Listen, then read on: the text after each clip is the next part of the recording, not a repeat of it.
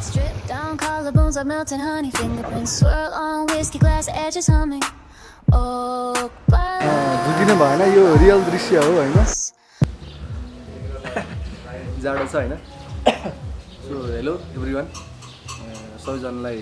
Welcome छ हैन मेरो भिडियोमा आज चाहिँ म पुरै फर्ममा छु हैन आज फेरि एउटा अर्को राइडमा जानेछौँ कता भन्दाखेरि चाहिँ दुप्चेश्वर महादेव नुवाकोट चिया खाएर अनि त्यसपछि निस्किनु पर्यो दुप्चेश्वर महादेवलाई चाहिँ दोस्रो पशुपतिनाथ पनि भनेर भनिँदो रहेछ त्यही भएर चाहिँ हामी पहिला पशुपति जान्छौँ अनि यसो अलिक दर्शन गर्छौँ अनि त्यसपछि ज्ञानेन्द्रलाई लिएर म चाबेल जान्छु अनि चाबेलमा फेरि हाम्रो दाइ आउँदै हुनुहुन्छ विवेक दाइ आउँदै हुनुहुन्छ दाइलाई पनि लिएर अनि हामी तीनजना चाहिँ त्यसपछि ननस्टप लाग्छौँ हैन के छ कसो छ म एकदम अननोन छु हैन अनि बाटो पनि अब के छ कसो छ केही थाहा छैन अब हेरौँला देखि के हुन्छ हैन सो त्यही हो है मैले चाहिँ ज्ञानेन्द्रलाई भेटिसकेँ हैन भर्खरै अनि अहिले चाहिँ कति बज्यो है 8:30 ठ्याक्क 8:30 भयो दाइ आउँदै हुनुहुन्छ हैन अनि हामी चाहिँ जानुभन्दा अगाडि पहिला यसो पशुपति छिरेर जाउँ भनेर भित्र नछिरौँ हैन बाहिरबाट यसो दर्शन गरौँ गरौँ समस्या चाहिँ के भयो भन्दाखेरि हैन यो चाहिँ मेरो बाइक हो हैन Honda Unicorn 150 अनि मेरो बाइकबाट चाहिँ पुरै धुवा निस्क्यो पछाडिबाट तान्दा पनि तानेन अनि हामी चाहिँ यो के अरे तारकेश्वर नगरपालिकाको गेटबाट अलिकति अगाडि गएपछि फस्यौँ अनि एकछिन बाइक रोकेर अब सेलाउन बसेको हैन विवेक दाइ उहाँ चाहिँ हाम्रो विवेक दाइ हो अनि दाइ चाहिँ मेरो भिडियोमा पहिलो पटक आउनु भएको जस्तो लाग्यो ज्ञानेन्द्र पनि एकचोटि होलीको भिडियोमा चाहिँ आएको थियो होलीको भिडियोमा देखा परे हो अनि विवेक दाइ पनि आज मेरो भिडियोमा आउनुभयो दाइलाई कस्तो लागिरहेछ रमाइलो लागिरहेछ बाइकले चाहिँ धोका दियो तपाईँको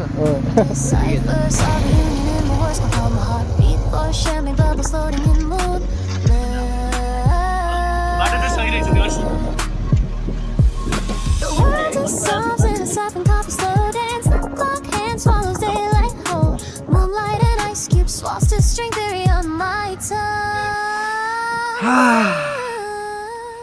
हामी चाहिँ ठ्याक्क 6 अरे भन्ने ठाउँमा आइपुग्यौँ होइन अनि हामी 9 बजी हिँडेको ठ्याक्क 9 बजी हिँड्दाखेरि चाहिँ अहिले कति बज्यो भन्दाखेरि चाहिँ 10-11 बज्नलाई 5 मिनट बाँकी रहेछ होइन भनेपछि लगभग हामीले 2 घन्टा लाग्यो 6 अरे आइपुग्नलाई किनभने हामी बिस्तारै हिँड्दा थियौँ हामी त स्पिड हिँडेकै थिएन होइन 20-30 यस्तैमा हिँडेर अनि हामीले बाटो चाहिँ राम्रो है बाटो चाहिँ अप्ठ्यारो त भएन नि बाटो गडाइगुडुङ भएको त अप्ठ्यारो हुन्थ्यो होइन ठिकै हो होला अब यसो गरौँ न अब हाफ एन आवर जति यहाँ बसौँ चिया खाऊँ खाजा खाएर अनि अलिकति स्पिडमा जानुपर्छ अब अलि स्पिड जानुपर्छ हामी पनि धेरै बिस्तारै पनि हिँड्यौँ अनि अलि स्पिड गरेर चाहिँ अब त्यहाँ पुगिसकेपछि फेरि अब रमाइलो गर्ने बाँकी झोलुङ्गे पुलाउने बाँकी छ त्यहाँको खोला हेर्ने बाँकी छ खोला खुट्टा डुबाउने बाँकी छ त्यही त होइन त्यति गरेर यहाँ आएपछि त गर्नै पऱ्यो फेरि पऱ्यो हामीसँग बितेको केही छैन बित्नु पनि छैन हतार पनि छैन तपाईँलाई कस्तो लागिरहेछ दाइ मलाई एकदम रमाइलो लागिरहेछ छुट्टीको सही उपयोग भइरहेछ होइन नत्र भने कोठामै बस्ने फोन चलाउने काम हुन्थ्यो विजय भाइलाई ठ्याक्कै लु दाइ जानुपर्छ ब्लगमा आउनुपर्छ भन्नुभएको भएर म आएको हो होइन जस बवाल भइरहेछ ज्ञानेन्द्र के छ अवस्था सही छ ठिक छ सुतिरहेको मान्छेलाई विजयले बिहानै कल गरेर जानुपर्छ भनेर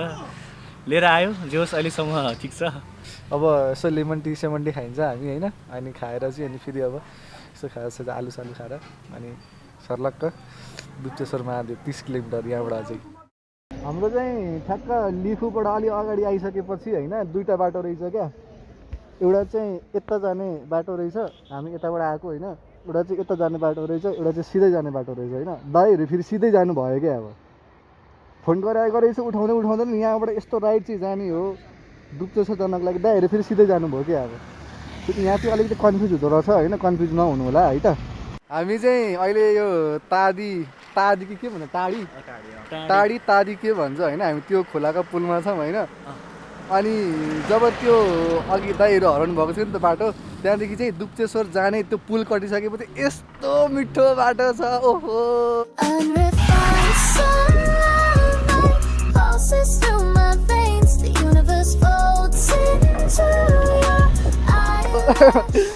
खिच्न चाहिँ हामीले अब राम्ररी देखाउन सकिएन होइन त्यो भिडियोहरू चाहिँ अब भिडियोमा देखाउन सकिएन तर बवाल छ क्या यार भ्यू प्लस बाटो वाह जस रमाइलो क्या नजिकै यतिको बाटो भएको जस सबैजना आउनुपर्ने ठाउँै रहेछ यो अनि तपाईँहरू पत्याउनु हुन्न होला होइन हाम्रो अगाडि अहिले यस्तो राम्रो भ्यू छ है ट्याक्क हामी पुलमा माथि उभिएका छौँ भ्यू हेर्नु नि यहाँ रमाइलो है दाइ एकदम रमाइलो ल आजको दिन त खेर गएन नि आज एकदम वर्थ इट भयो यहाँ worth it fully utilized day Shri Dupcheshwar गाउँपालिका हामी दुप्चेश्वर गाउँपालिका आइपुग्यौँ होइन त जुन अघि हामी ताडी खोला थियो नि त्यो ताडी खोलादेखि अलि अगाडि 5 मिनट हिँडेपछि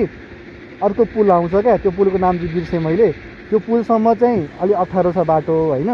अलि अफरोड छ अनि त्यो पुलदेखि यो दुप्चेश्वर गाउँपालिकासम्म आउँदाखेरि चाहिँ अफरोड पनि छ बिचबिचमा पिच बाटो पनि रहेछ अनि यहीँ छेउमा यो गाउँपालिकाको यो गेटदेखि अलि यहाँनिर चाहिँ 3-4 मिनट अगाडि चाहिँ कस्तो हिलो बाटो क्या त्यो वाइल्डै त्यो बाटै बिचको रहेछ होइन सो गाइज बाटो राम्रो रहेछ दामी रहेछ भन्दै आएको है लास्टमा आएर यस्तो बाटो रहेछ क्या अनि त्यहाँ चाहिँ अलि अप्ठ्यारो भयो बाँकी त्यो ताडी खोलादेखि अगाडिको बाटो त दामी थियो क्या दामी थियो अब हामी आइपुग्यौँ यहाँसम्म होइन अब हेर्दै जाउँ न के छ सो यहाँबाट चाहिँ हामी दुप्चेश्वर महादेवको मन्दिरतिर लाग्यौँ सो फाइनली हामी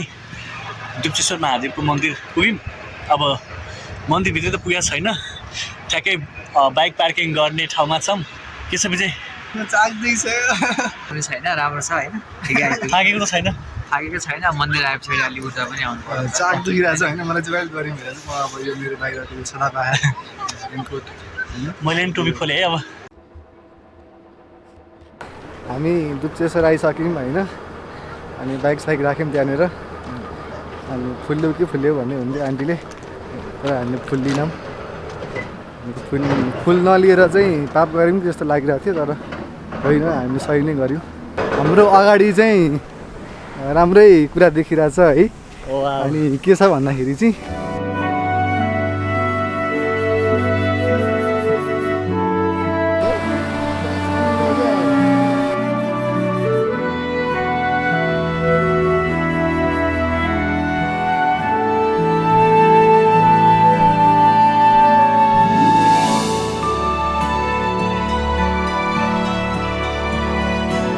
दिस इज नट एआई होइन यो चाहिँ रियल दृश्य हो झुकिनु भएन झुकिनु भएन यो रियल दृश्य हो होइन र हामी दुप्चेश्वर महादेवमा छौँ पछाडि झोलुङ्गे पुल पनि छ अनि यहाँ रमाइलो खोला पनि छ होइन ज्ञानेन्द्र आज चिलमा छ रमाइलो भइरहेको छ मलाई साँच्ची भन्नुपर्दा कति वर्षपछि निस्केको तिमी घरबाट बाहिर घरबाट कति वर्षपछि भन्दा 2 दिन मात्र भयो क्या घर आएको तर 2 दिनमै म फेरि बाहिर हिँड्न मन लागिहाल्यो क्या मलाई तर रमाइलो भइरहेको छ आज विवेक दाइ उसलाई रमाइलो भएको चाहिँ म आएर हो है फेरि हो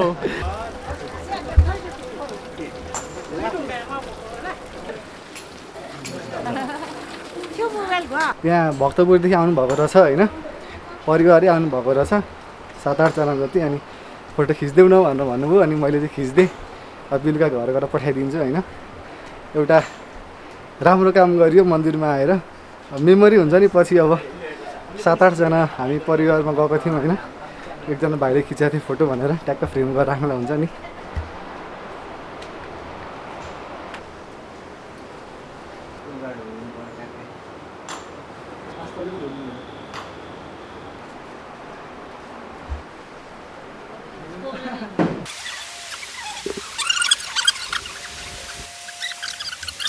ल निको भनेको ल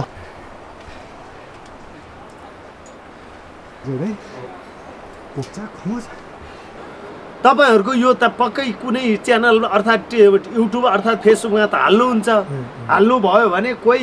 चानस कसैले थाहा छैन अब कुनै आवश्यकता परिरहेको छ कुनै व्यक्ति भक्तजनहरूलाई भने केही भइदियोस् भन्ने लागेको छ आफ्नो जीवनमा यो भइदिएदेखि हुन्थ्यो भन्ने लागेको छ भने यही मार्फत फेसबुक अर्थात् युट्युब कुनै पनि च्यानल मार्फत सुन्नुभएको र सुन्नुहुन्छ भने आउनुहोस् दुप्चेश्वर भगवानको दर्शन गर्नुहोस्, भगवानलाई आफ्ना मनका कुरा व्यक्त गर्नुहोस्, पोख्नुहोस् दुःखका कुरा, विश्वास सुम्पेर हिँड्नुहोस्, हजुरको इच्छा प्रत्यक्ष सफल गर्नुहुनेछ। दुप्चेश्वर महादेवले यही नयाँ सन्देश दिन चाहन्छु भनेर तपाईँहरूलाई सम्पूर्ण भक्तजनलाई आग्रह गर्न चाहन्छु। जय होस्।